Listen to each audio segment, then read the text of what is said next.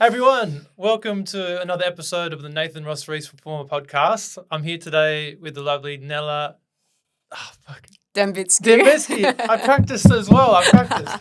Debicki. She's an exercise scientist, super experienced Reformer Pilates instructor, business owner. So you have your own small group personal training. Yep. Cool. So today we're going to be getting into the topic of strength training and how that relates specifically to Reformer Pilates. And it's such a buzzword right now. There's so many different courses coming out. There's so many different studios offering group Reformer classes that are called strength or have strength as a focus. And I'm just fascinated to learn more about, from an exercise science perspective, what is classified as strength, and is everything that's coming out at the moment potentially in alignment with that, or is it maybe should be in a different category? So I'm super excited to kind of learn today as I listen. So let's get started. So if we're going to pose that as the first question, what would technically be strength training to classify it? How would you answer that? So there's a definition. We don't have to hypothesize what it is. So strength training is working close to failure in the 1 to 5 rep range. Okay, so let's say your exercise is a deadlift or a squat. You're doing it for no more than 5 reps, leaving about 2 reps left in the tank. If you were to do those extra 2, you would reach failure. So that's working in about 85% plus of that 1 rep max. So that is what true maximal strength is. It's the maximum amount of force your muscles can produce in a contraction. Yep. Yeah. So when you look at Reformer Pilates rep range is more like 30 reps. Plus. Yeah, 30 plus. Yeah. Yeah. So also I think Reformer, it lends itself not necessarily perfectly well to strength training because it's hard to get that amount of load that can kind of get you to fatigue within that rep range. Also, the challenge is if you do manage to get a position where you can be loaded that much, it's hard to have enough stability to better handle it. Yeah. Exactly. Yeah. So if you're saying then it's basically between it's 5 reps or less, what's your take on strength being used then in the explanation of Reformer classes? How do you see that working, not working? I think the word's been really misused, to be honest. Not because people are trying to trick you, but I just think there's not enough awareness of what the word strength means. People are kind of redefining it, whether it's to suit their marketing or just lack of knowledge. The Reformer is a very unstable machine. So you've got a moving carriage, you've got dynamic loaded in the springs. So it's really hard to load up. You have a limited amount of springs. You can only go so heavy. Not only that, the carriage moves, so you can't stabilize yourself. And the more unstable you are, the harder it is to move load, produce force, and work on strength. So as a whole, I just don't think the Reformer is an efficient or effective piece of machinery to work true maximal strength in that 1 to 5 rep range. And that's okay. It doesn't need to be. I think recently there's been a lot of awareness about the importance of strength training, and that's why it's been really hyped up. And I think Pilates has tried to jump on that bandwagon and market itself as a form of strength training. But unfortunately, it's just not true. It's, like we said, it's that endurance range, and that's okay. We don't need to make Pilates strength training. I think it's best that we keep the two separate and let them complement each other really well.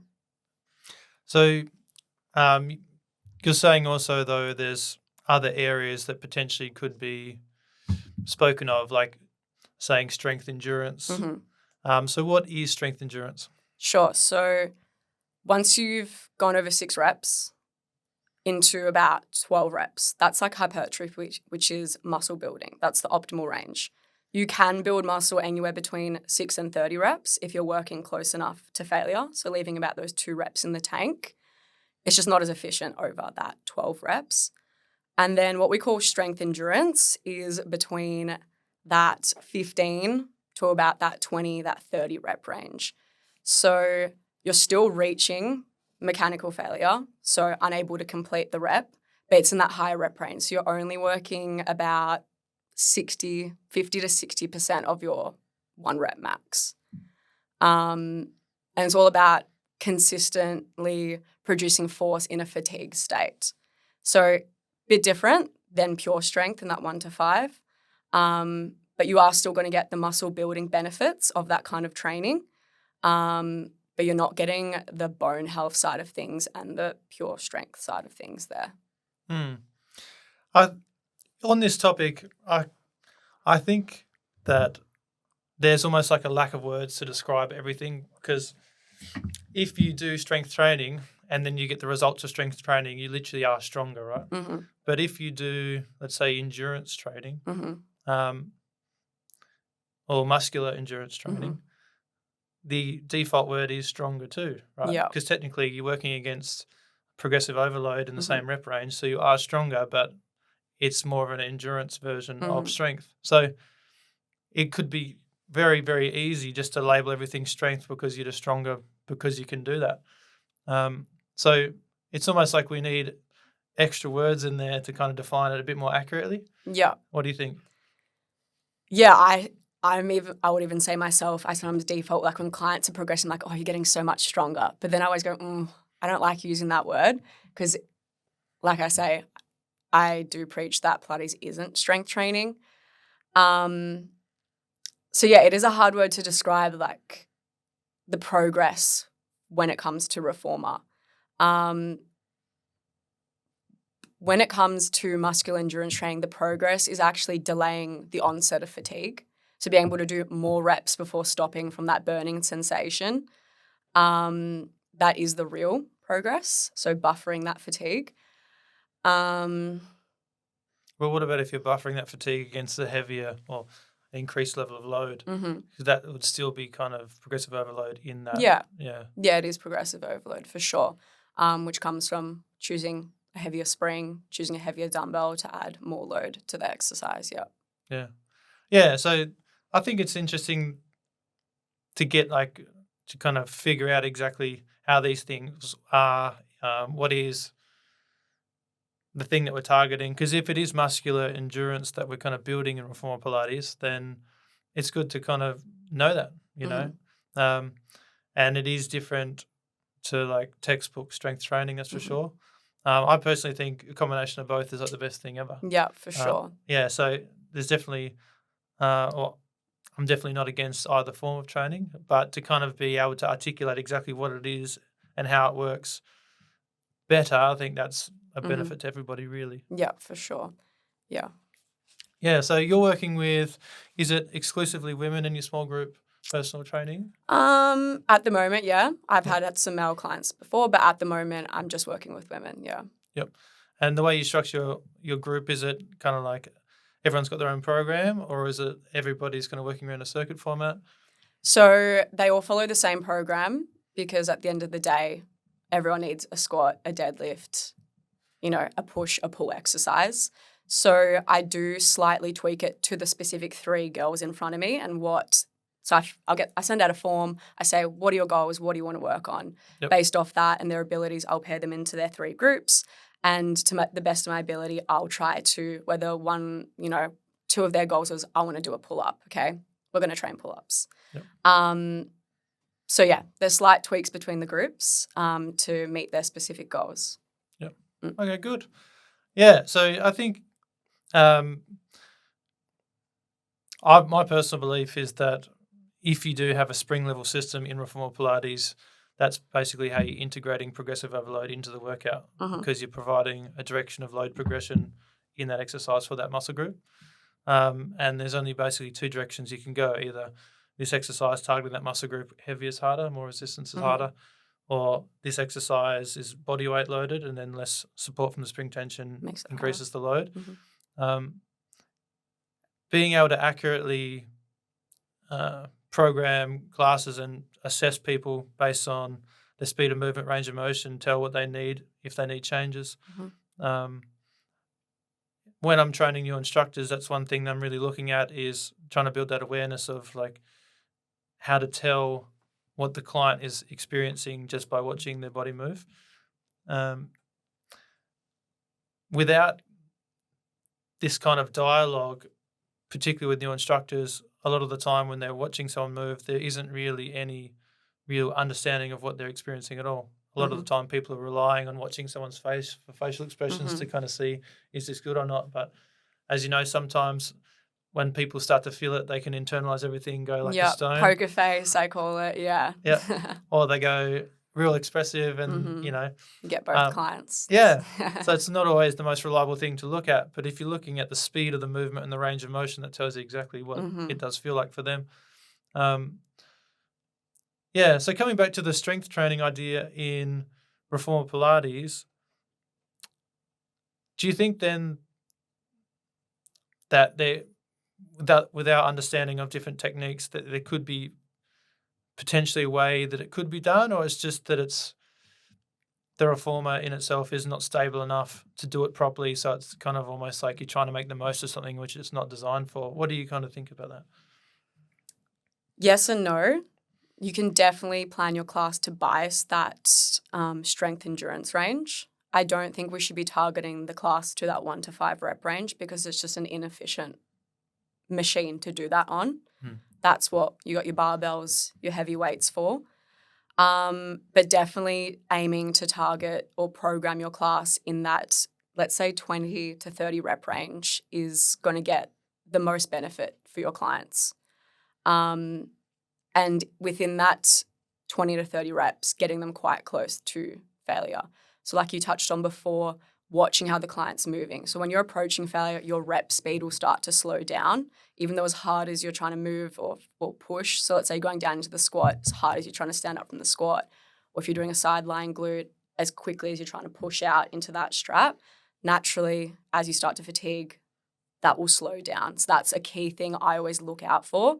And then as well, like you talked about, range of motion. So range of motion is going to decrease as well as you fatigue. So they're two main things I look out for. And that's how heavy you want to load the springs, or depends on what dumbbells you have in your studio as well, but giving the clients heavy enough dumbbells.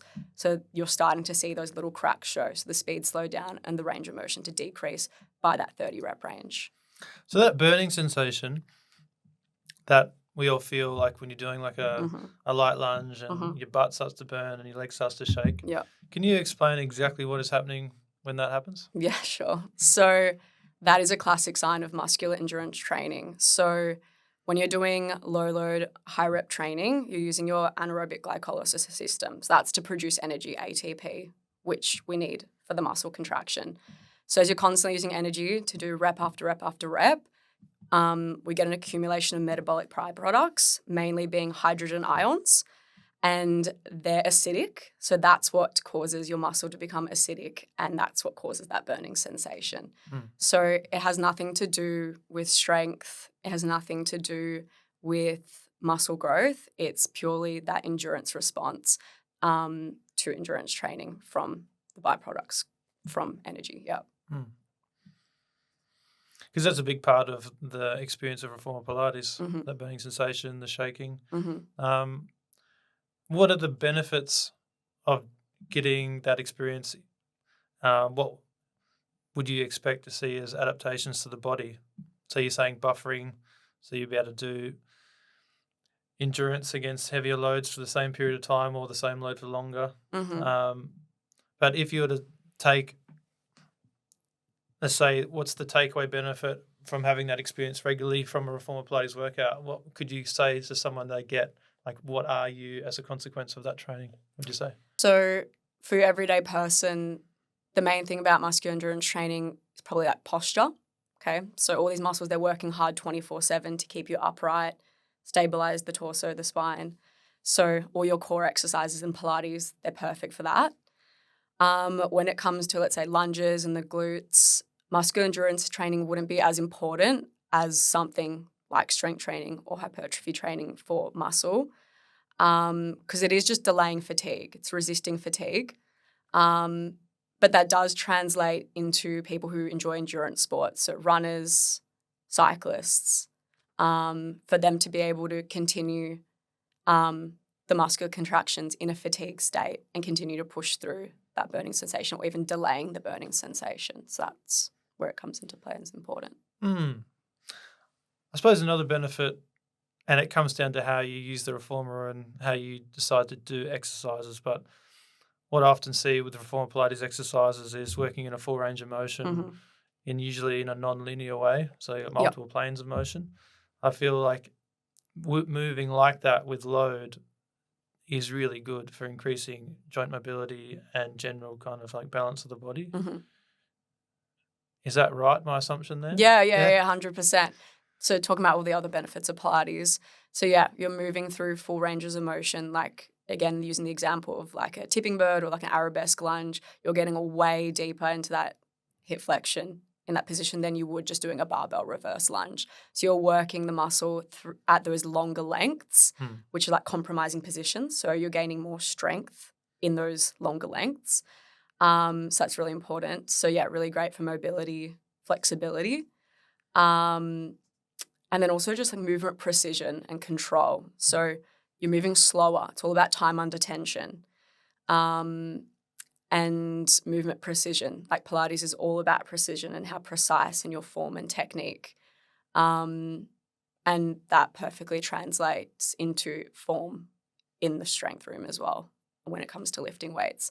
Like lots of my clients in my 3-on-1 gym sessions, I've met in the Pilates studio, encouraged them to come to strength train, and their form is just beautiful because they have all those foundational movements that they've nailed to a T on the Reformer, and now we're just starting to load them up with weight in the gym. Yep. Yeah, I see the purpose of form as being able to guarantee the muscle group you're intending to load is the one that gets loaded, because the holding your body in a certain position is directing the load to that area. So without form and precision of the movement, then we can't really guarantee an outcome from the exercise. Yeah, better muscle recruitment. Yeah. So the challenge is obviously when you're teaching a group reformer class of like multiple people, to be able to guarantee everybody is moving the way you intended. Different strategies are going to be more effective in bigger group classes for sure, but I think a big thing is simplicity and knowing like the foundation of a movement and being able to get everybody achieving that first before you add on any complexity to it. Layers. All about layers in class, isn't it? Yeah. Yeah. So I personally believe that if you're good at cueing a squat, a lunge, a split, a plank, a push, a pull, it's basically the foundation of everything else because all the different movement variations come from those positions. Yeah. And if you focus on doing those things well and loading them in those positions so they get stronger there, then they're going to be kind of ready to take on anything which is more complex. Definitely. One thing I do find challenging, particularly when it comes to, I'd say, training new trainers, is everyone seems to have this desire to lean into complexity quite early, almost for the sake of novelty, without a greater like purpose of trying to achieve something. That seems to be the opposite of strength training, really. Strength training is really kind of focusing on the basics. So to take that mindset from strength training of keeping it simple and loading more, bringing it into the reformer space, I think everyone would benefit from that. For sure. Yeah, there's definitely a big but trend in reformer to be super creative and teach the most crazy thing and novel thing. But yeah, the more complex you make something, the less precise you can be, the less force you can produce. And you're just verging out of that strength side of things as well. Yeah, it's all about keeping it simple, focusing on the one movement. Yeah. So I think having an intention with every exercise you teach and being able to articulate the loading part of it, like this body position with this spring tension is targeting which part of the body. And controlling how fast people fatigue, I think, is something which isn't really discussed a lot in reformer Pilates education. I personally see if we were to put people into the hardest position first in a group class setting, it really doesn't help the class flow very well, because if people start to fatigue at different speeds and half the room is out already and the other half wants to continue, it kind of is very disruptive to trying to create a cohesive class where everyone benefits from everything. So in that sense, if you were to intentionally start off every exercise in a position with the least amount of load, or at least a 50-50 work to rest ratio, and strategically load the muscle group more to guarantee everyone can do the full duration of every exercise working the same muscle group, that in that class setting, I think would be a much better strategy at getting great results for the group. Definitely. When I teach, I have a rule. I say only progress, never regress. So always start at the base, easiest movement, and then add layer, add layer, add layer. First few, I always want most of the clients to do. The next few are optional layers because I want to challenge everyone in the room. So from the beginner client to the client that's coming for years. And yeah, my goal is to never have to regress because I've given them all these little step-by-step little layers to choose from and pick what works for them and sufficiently challenges them. That's right.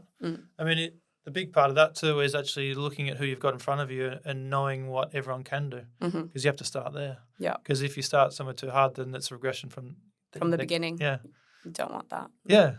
So being able to look at who you've got in the room and make decisions based on what they need. From what I've seen, people's ability to be progressed in complexity, there's always going to be people that don't have great body awareness, so there's going to be restrictions straight away for the general population. People's ability to be progressed in stability challenges where it's harder to balance. General population, big percentage of them don't have great balance. So there's automatically those two directions of progression are kind of like limited in what we can do. But if you've got a good stable body position and you're intentionally progressing load, everyone can do that. Yep. So that as a strategy, I think in a group class setting is kind of like the ultimate cheat code to getting great outcomes for every person who comes to the class. Definitely. So it's just knowing what to restrict because, if everyone tries to do the fancy version of a lunge standing on the machine, then automatically there's a percentage of the people that just can't do it because it's too hard. And then the risk of injury, it's not worth it. No, definitely not. Yeah.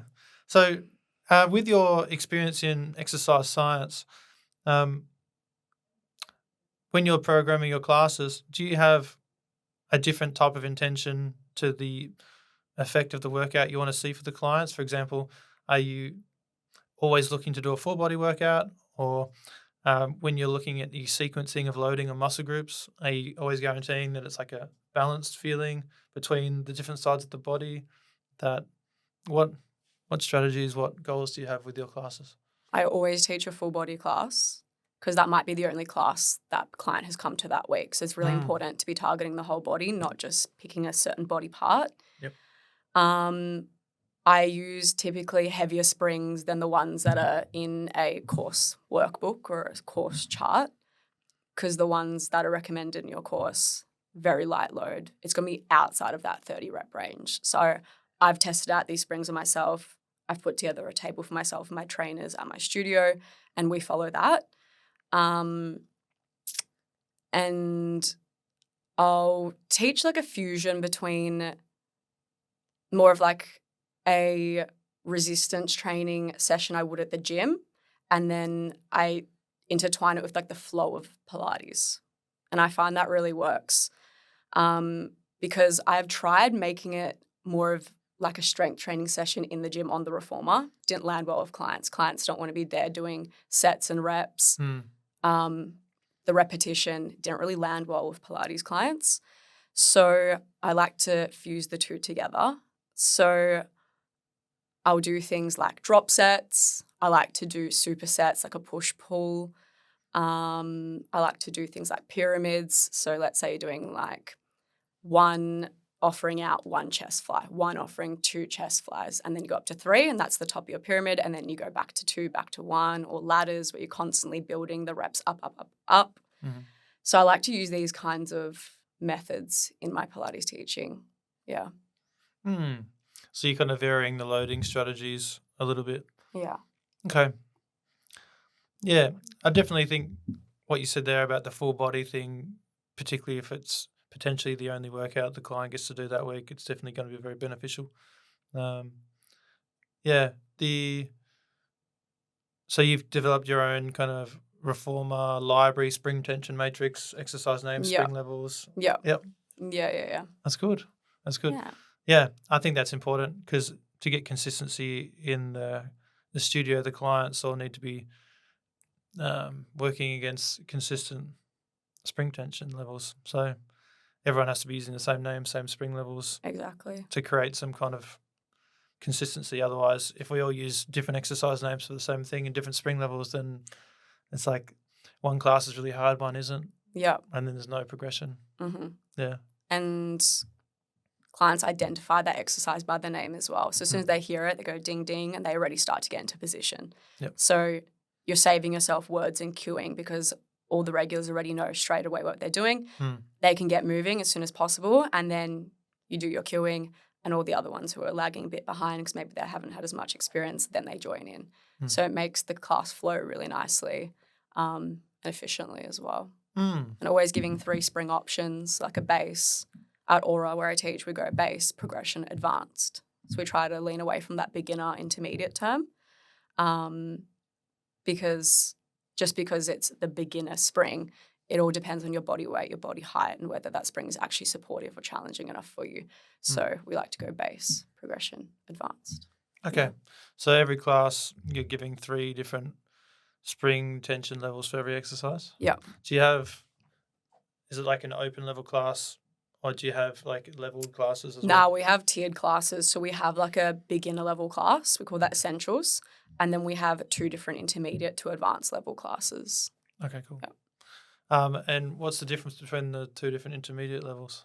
So one we call burn, and that is more of like a flowy, light stability spring focus class. So that's all your lunges, standing splits on a yellow or no springs, as well as single arm work. And then we have power, which is your heavier spring options, your lunges on, let's say, a red, yellow, red, blue, or your standing splits on those springs. Then like your heavy straddle rows, your heavy double arm work, hands in straps, as well as planks as well in that one. Okay, so you've pretty much got a class which is all body weight loaded exercises and single arm exercises. Yep. Segregated from exercises which are all spring tension loaded and usually a bit faster and stronger. Yeah. Okay, cool. Yeah, it's interesting. There's like unlimited different ways it can be done. You can do it, yeah. Yeah. I mean, you've worked at so many different franchises and boutique studios now. How many in total would you say you worked at? 5 or 6. At the moment, just at 2. But yeah, over the years since I started teaching, I've worked at 5 or 6 different studios. And what would you say the biggest difference in the training provided and the different kind of goals from the classes? Like, would you say it was a huge variety in the expectations and the way they wanted you to teach, or is kind of there was like something similar between all of them? What would you say?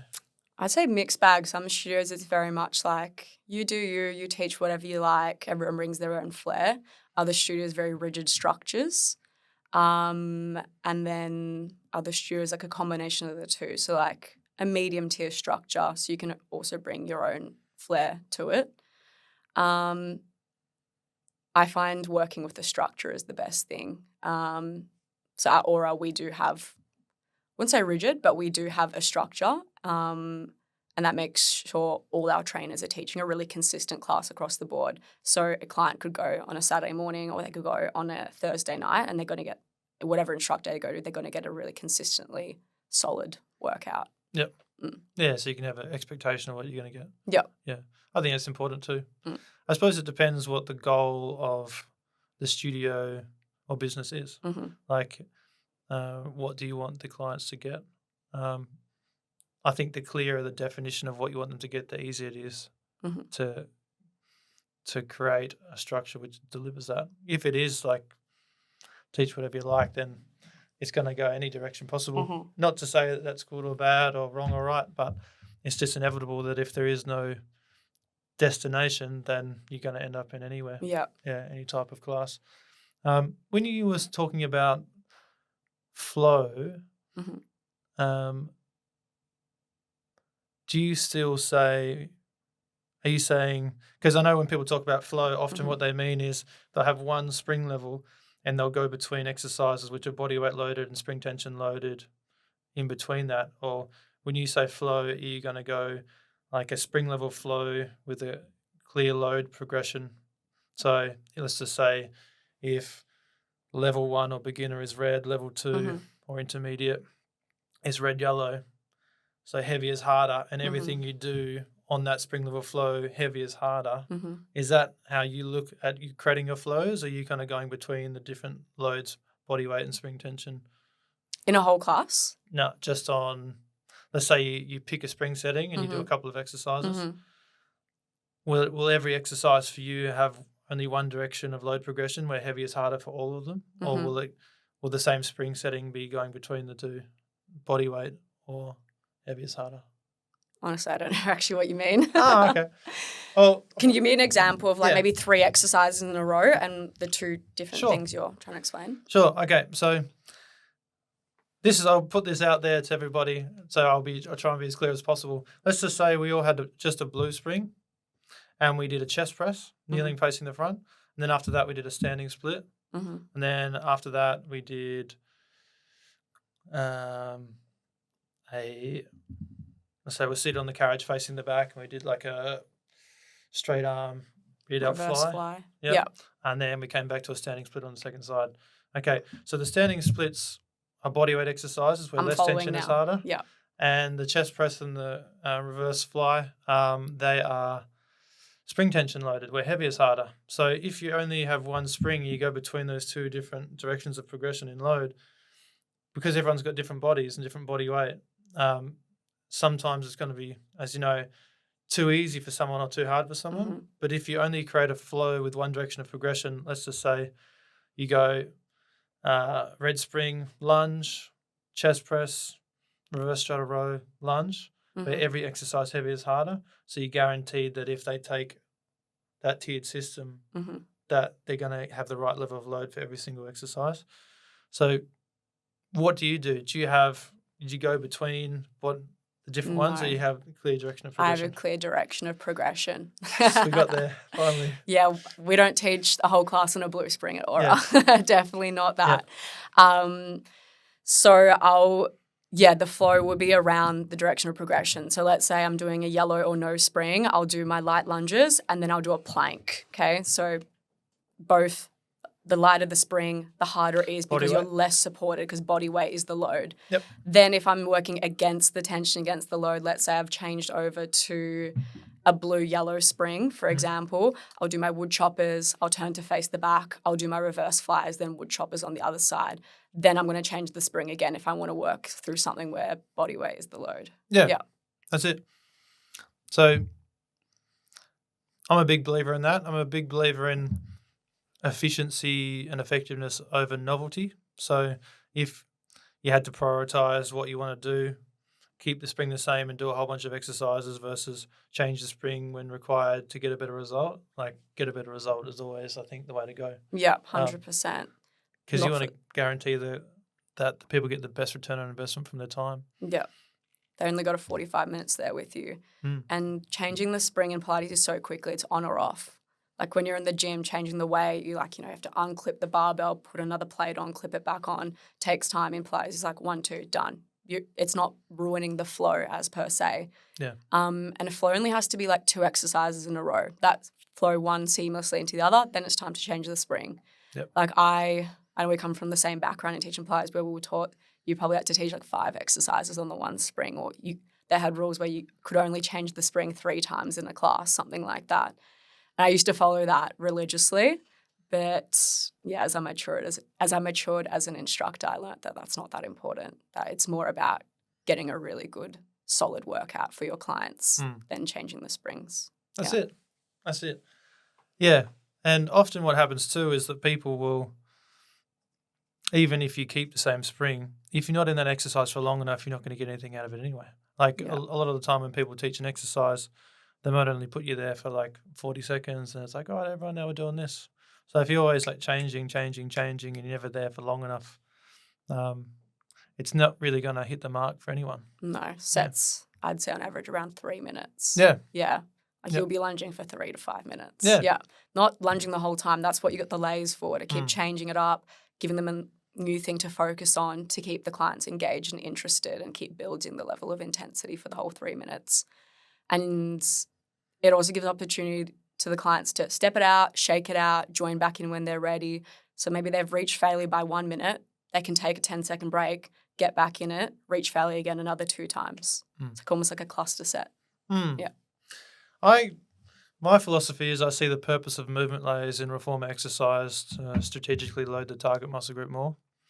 So every time we add in a movement layer, it's for the purpose of making you work harder. So whether that's increasing time and attention by giving you less rest time, or whether that's putting you in a body position where you have to deal with more of your own mass, so it's increasing it.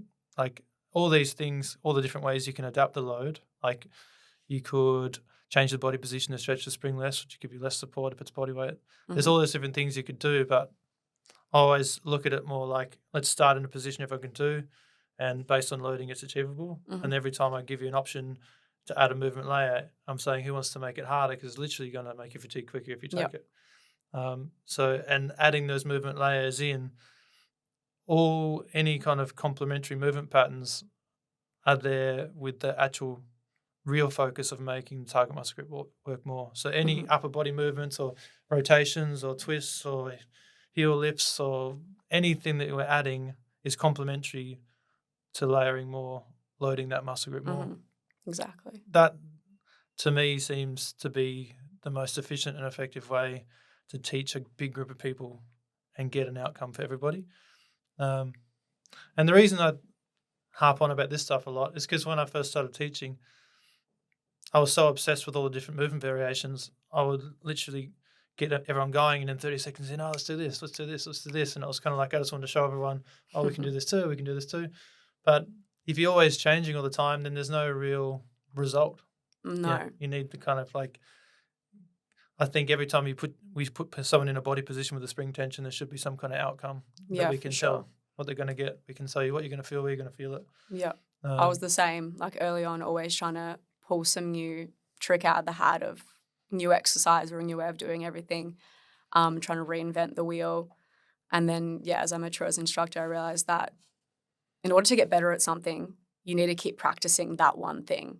So you're not going to get better at squats by doing a different kind of lunge. You do squats to get better at squats. And with Pilates, like you said, it's very complex. So clients need lots of time to practice these different exercises in order to get better at them. And when clients would say, I love how creative, or I love how your classes are different, they don't want the whole class to be different. They just want one little layer to be different. Or you did something slightly different with the dumbbells when you were lunging. It's all about those little tweaks, adding that in, that little bit of spice, not trying to reinvent the wheel every class. It's all about consistency. And that's how you progressively overload, doing the same thing over and over again. So you get better at that. Add more load, grab a heavier dumbbell, et cetera, et cetera. That's it. Yeah. Yeah. So maybe we should create a word then, if anyone knows the word already, but if you are doing muscular endurance training and you are doing the same duration but against increased level of load, the default word I have at the moment is stronger. Is there a better word? Good question. I'm still trying to think of one. Because let's say you're doing that. I'd love to know. Let's say you're doing that, let's say a lunge, but it's heavy. Let's go you're on like a red, yellow spring, balanced body springs, and you're knocking out 3 minutes there. And then over time, we progress you to a red, blue. So you've gone from 30 kilos of spring tension at maximum spring stretch to 34. Technically, it's harder, same duration. I just want to say stronger. I just want to say it too. Yeah. If it just doesn't sit right with me to say it. More athletic? It doesn't roll off the tongue nicely, does it? It almost doesn't really mean anything. Yeah. Fitter. It's not the same. Could you still argue, though, that they technically are stronger at that specific thing? Because it is the same scenario. It's the same duration, same exercise. More it's load. just more resistance. Yeah. Yeah. So they are stronger at that. Guess you could argue that, yeah. That'll do. That will do. We've solved it. Yay. So another thing with the strength training is there's a lot of rest time, right? So you need 3 minutes rest between sets if you're doing proper strength training, because that's how long it takes to resynthesize energy, basically. If your muscles get a full recovery. If you did 5 reps of a deadlift and then in a minute's time try to do a second set, you're not going to get another 5 reps in. Your body's still quite fatigued. So you need 3 minutes rest, and we're not resting for 3 minutes in a Pilates class. No. I mean, what would your take be then if you did, let's say, in that rest time, you work the opposing muscle groups? Superset, yeah, a push-pull superset, yeah. Would that affect the successful rest because you're working the opposing muscle groups in the rest time, do you think? Would that If programmed well, no. It'll Yeah, be so okay. like I'll teach like that. Like I'll do things like a straddle row, really heavy for the back, and Yep. then I'll turn around and do like a carriage chest press on the foot bar. So I love to teach like that, back to back, opposing muscle groups, but still in that higher, that 20 to 30 rep range. Yeah. Yeah. For sure. Yeah. So if we say that Reformer Pilates is muscular endurance, Mm-hmm. I'm pretty happy with that, to be honest. Mm-hmm. I still, because you are getting some hypertrophy out of it. You're Yeah, getting for like sure. bigger muscles Mhm. over time. You could say that there's probably a solid calorie burn from coming from out of these classes because you've got elevated heart rate, Mhm. particularly out of my classes and your classes, let's say. So your body composition is probably going to change. You're going to have more muscle mass, less body fat. Depends on the exercise though. So light lunges, you're probably not going to get much hypertrophy, so muscle growth from that. But if you're doing something like heavy spring loaded where you're working against the tension, so where body weight's not the resistance, then for sure you can be getting really close to that muscular failure in the under 30 reps for muscle growth. But the one thing I would say is with that, because every class is different, you're not always hitting the same muscle group over and over again, or getting enough volume within the whole week. So for hypertrophy, you want to be getting about minimum 10 sets of an exercise on that muscle group a week, when Pilates is just doing one really long set. Even though hypothetically, if you did 4 Pilates classes a week and you got 4 sets in of that one exercise, maybe 8 if you did 2 exercises that hit the same muscle group. So it's not as efficient for muscle growth as a structured, strict gym program would be. So you still, for sure, can get some muscle growth, but not as efficient at it.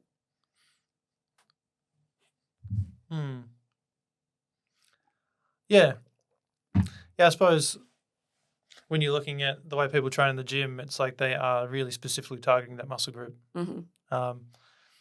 And Reformer Pilates sessions, particularly if you're working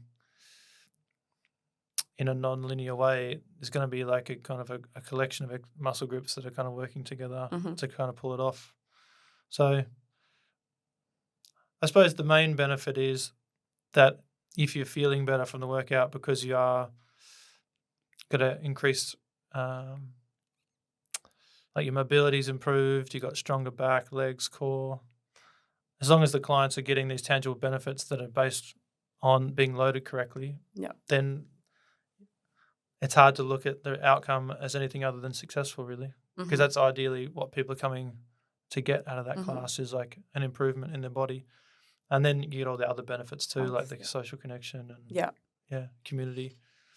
I just find it interesting to kind of try and break down exactly what these things are. So at the moment, as you see all these things coming out, every other day I'm seeing at the moment strength class, strength training, teacher courses. Do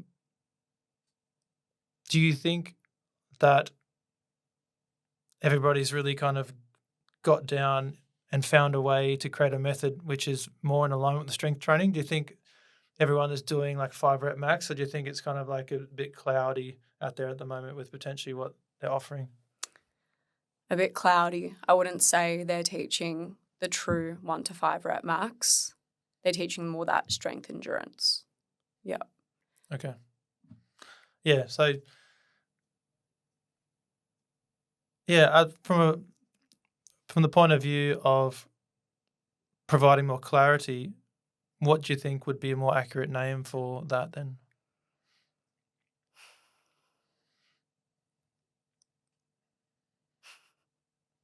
It's hard to say.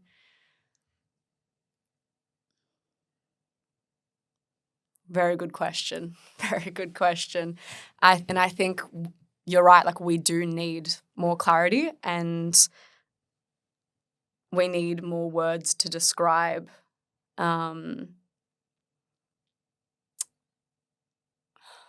So there's muscular endurance reformer training, or like I'm happy for us not to have the answers today. Yeah. It gives more of I an don't think open-ended we are question. going to get the answers Yeah. today, unfortunately. I don't have all the answers. No, neither do I. I just think it is interesting though, because the more we can kind of be in alignment with training principles, Mm-hmm. and the more accurate we can be with how we describe everything, it's just going to be a benefit to everybody, really. Another thing you could argue is that simply by people turning up, they're going to get some form of benefit more than they would have done if they didn't turn up, which is also good. But I think if we're going to go down the path of calling something strength, then we really should be able to articulate how exactly it is strength. Yeah, I don't know.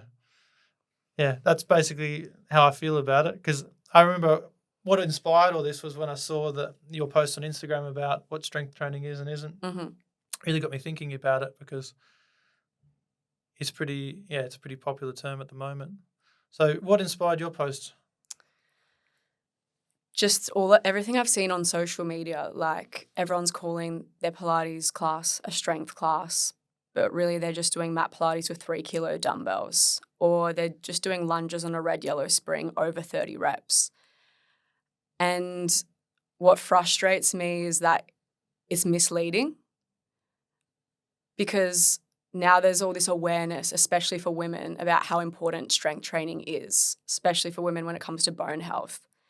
Because heavy strength training as well as plyometric training, so think like jumping, bounding, throwing, catching, those kinds of things, that is what you need to put low levels of stress on the bone, and that's what causes it to grow stronger and prevent things like osteoporosis and fractures in the future.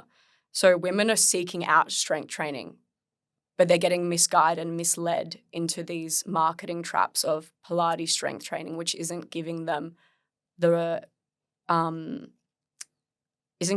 what they really need.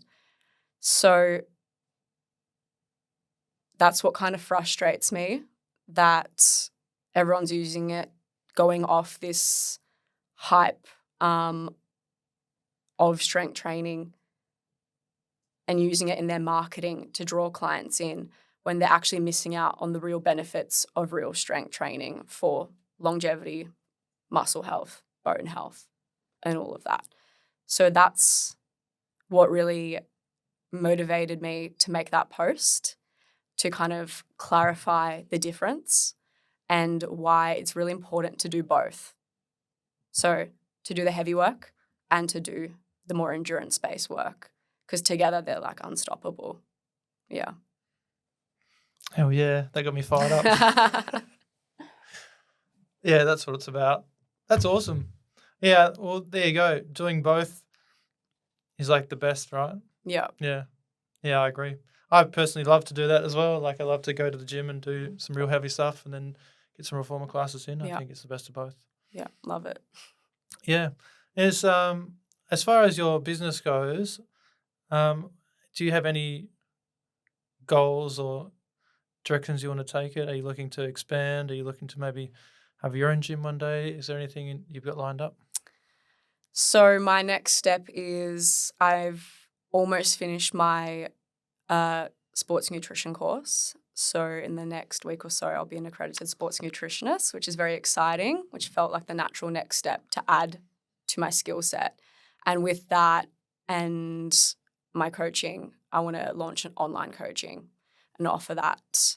So that's the next step. And I'm slowly behind the scenes working on my online business.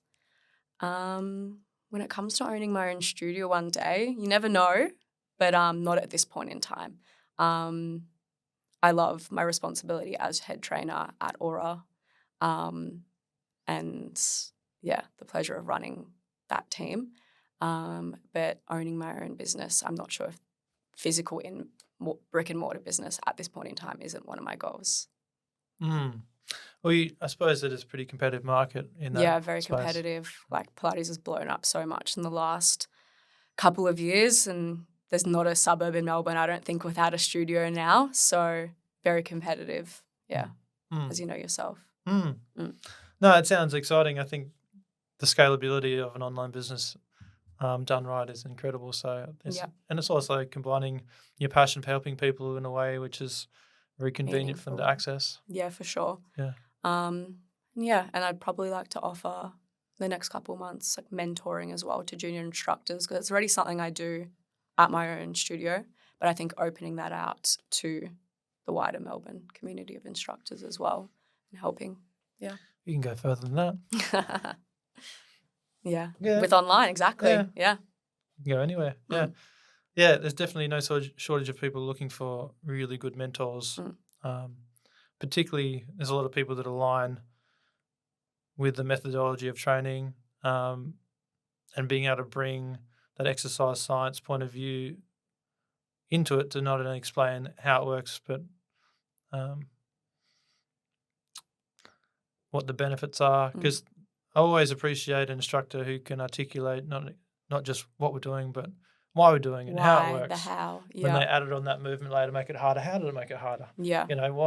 Why did it get harder when we changed the body position? Yeah. What is it about it? Like, that's definitely missing in the courses that are pumping out instructors as well. Like, I learned nothing about that in my Pilates course, and all the junior girls at my studio that I mentor haven't learned anything about how exercise actually works.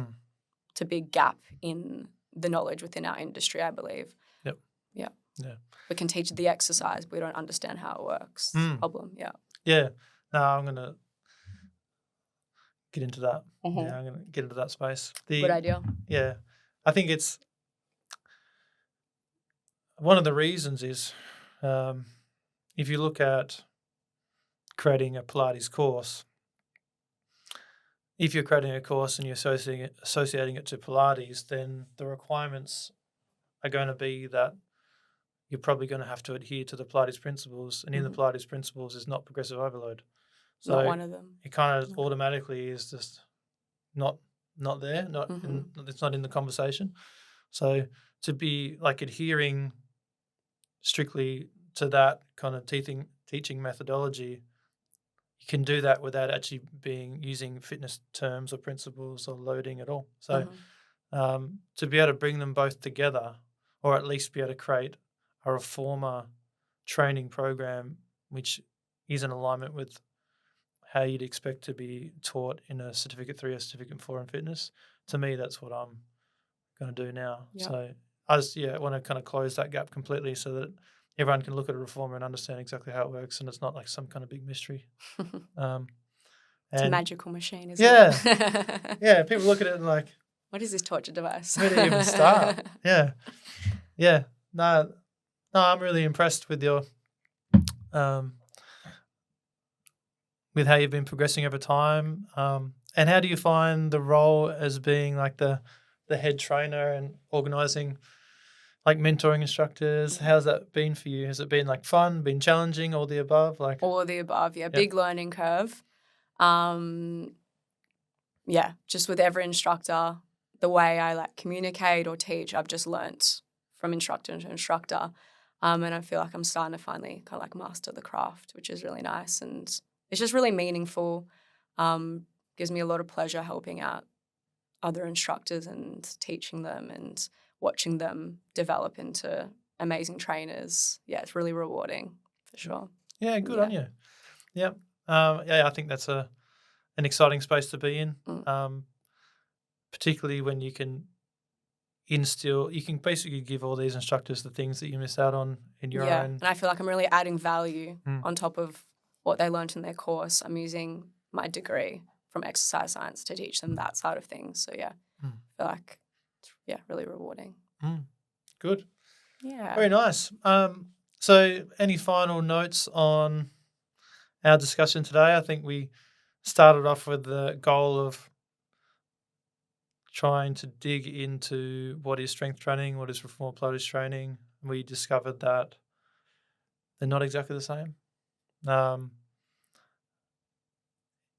The best efforts of creating something similar, which would be aiming at getting a 5-rep max on a reformer, problematic. I mean, based on instability of the machine. It's hard to be in a body position to be stable enough to be loaded that much. And then also when it comes to class structure, it's challenging because anything which is one-on-one, you can kind of get away with. 2-on-1, 3-on-1, yep, you can kind of do. As soon as you get 10, 15, 20, that kind of load and rep range is just it's really hard to make it exactly right for everybody. And then looking at what was a good way to define getting stronger at muscular endurance, and we both decided that strength was pretty much the best thing we could think of, even though we didn't want it to be. Everyone was stronger. Oh, wow. So any final notes on anything that we've covered today? So I guess the take-home message is that although Pilates isn't true strength training, 1 to 5 reps, it's that strength endurance. And at the end of the day, that's still an important part of exercise. And it's still a very beneficial form of exercise. And it's okay that it's not pure strength training. It doesn't have to be. They both have their place.